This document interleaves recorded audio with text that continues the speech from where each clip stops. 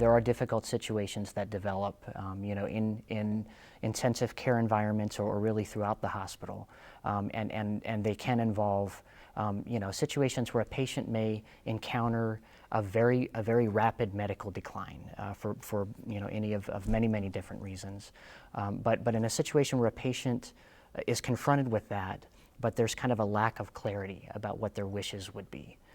It's very difficult to talk in advance about what you would like to happen if you were really confronted with just a very significant medical event that would result in a poor prognosis. A lot of families, I think as humans, we have difficulty talking about our own mortality and really kind of trying to put a plan in place that will help our family or our powers of attorney to determine what it is that we would like to happen. But that's very important. And so in situations where there isn't that clarity, you have two things happening. You have, of course, just the immediate stress and really emotional assault on the family members as they're there with their loved one and really having very difficult conversations with the medical staff and hearing that news that the prognosis is poor.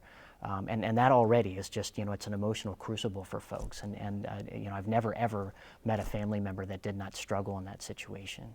It's one of life's biggest challenges. But then when you compound that with kind of that lack of clarity about, what is it exactly that my family member would want in this situation? What are their minimum expectations for quality of life?